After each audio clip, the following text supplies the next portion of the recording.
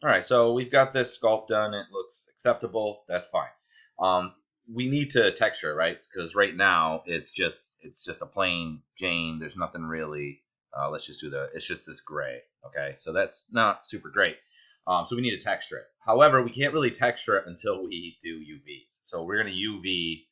We're gonna UV it first. So I'm gonna go to UV editor section. Now you're going to notice that it goes down to this view. If I hit tab and then go to here, you can see right now the level in the viewport is that level. So you can pump that up. Just be aware, just be aware, if I hit tab, it goes back in the edit mode. It will be back to what it was. So, which we're going to need to do this later, but just be aware. We're going to leave it at 0 for right now. It doesn't really matter. Anyway, so we're going to hit tab.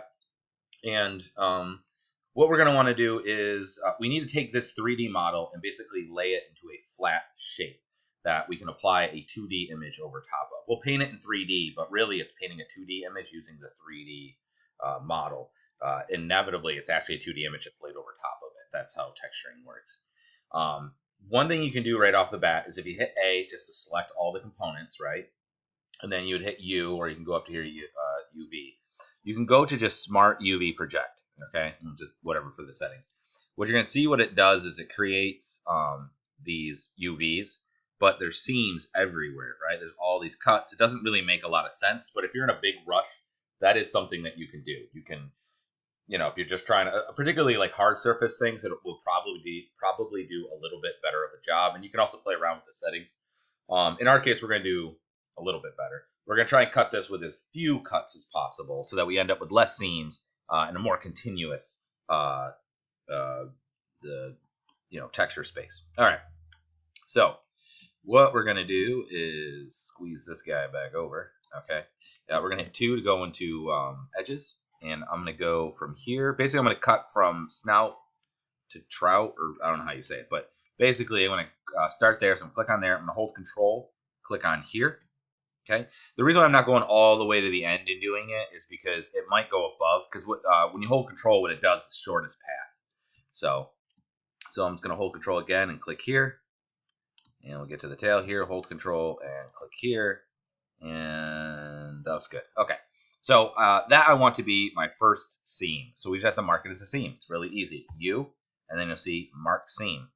Now if I click off, you'll see there's a red line. So that is where the seam will be. If for some reason you accidentally seam something you didn't mean to, like let's say we do this, U, mark seam. And you're like, crap. All you gotta do is click on those edges, U, and just clear seam. And that will get rid of it. So if you make a mistake, it's not the end of the world. You can always hit A and then U and clear all your seams if you want. Okay, but we obviously don't need to do that. Okay, so stay on 2. All right, so next is what we'll do is we'll cut the hands off. So like if you were to look at gloves, most gloves, they have the palm area and then the back of the hand area. So I'm just going to cut basically all around this. So I'm just holding shift and just, oops, not that one. Holding shift and I'm just going to go all the way around. All right. You got to make sure that it's one continuous, that it's all connected into one, it's all connected into one line. So we'll just do that. Oops, that's not what I meant to do. And then we're just going to mark seam. I'm going to do the same thing here.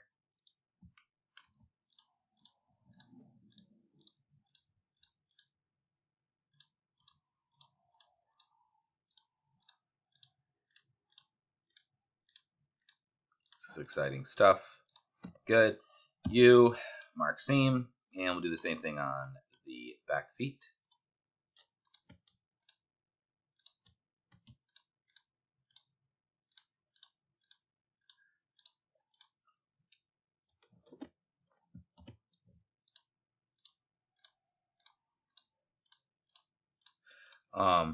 So you have to take into account where you need to put your seams in order to make it make sense. So depending on what your model is, you might need to put seams different places.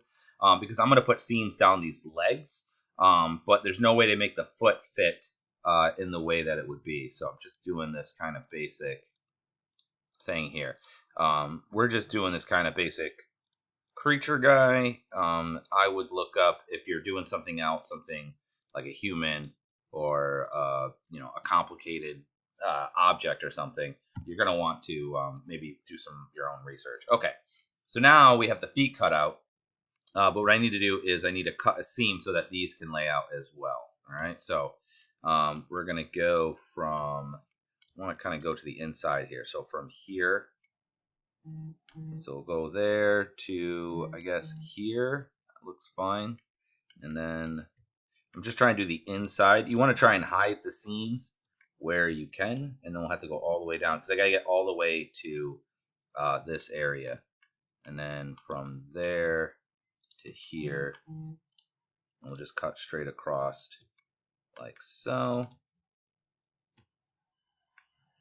Did I get that one? I did. Okay, but I didn't get this one.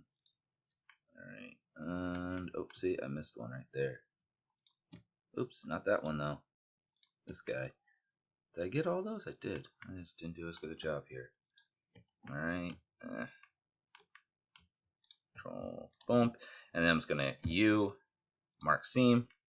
Now I have a seam that comes across, and we're gonna do the same thing here. Hopefully this will be a little bit simpler. So I'm gonna hold that. I'm gonna hold Control, click, and see that goes all the way up into there, which I don't really like. So let's see. Let's forge a new path. Well, you know what? We can go all the way up there. That's fine. I'm just gonna hold Control, click, cut across.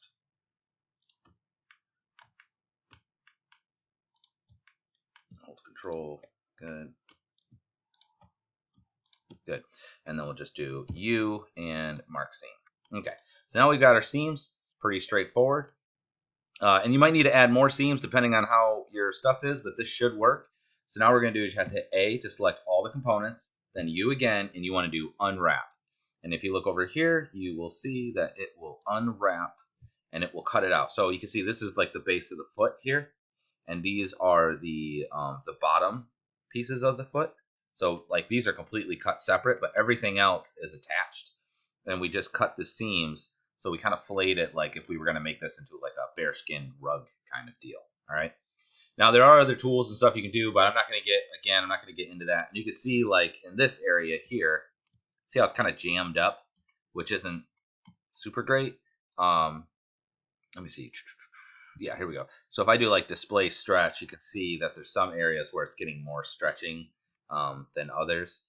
So, you know, it's not the greatest, but it's acceptable. So, yeah, so the face doesn't have as many UVs as I would probably like, but in order to give it more, I'd have to like maybe cut a seam around the neck or something so I could cut it off and then give it like this area.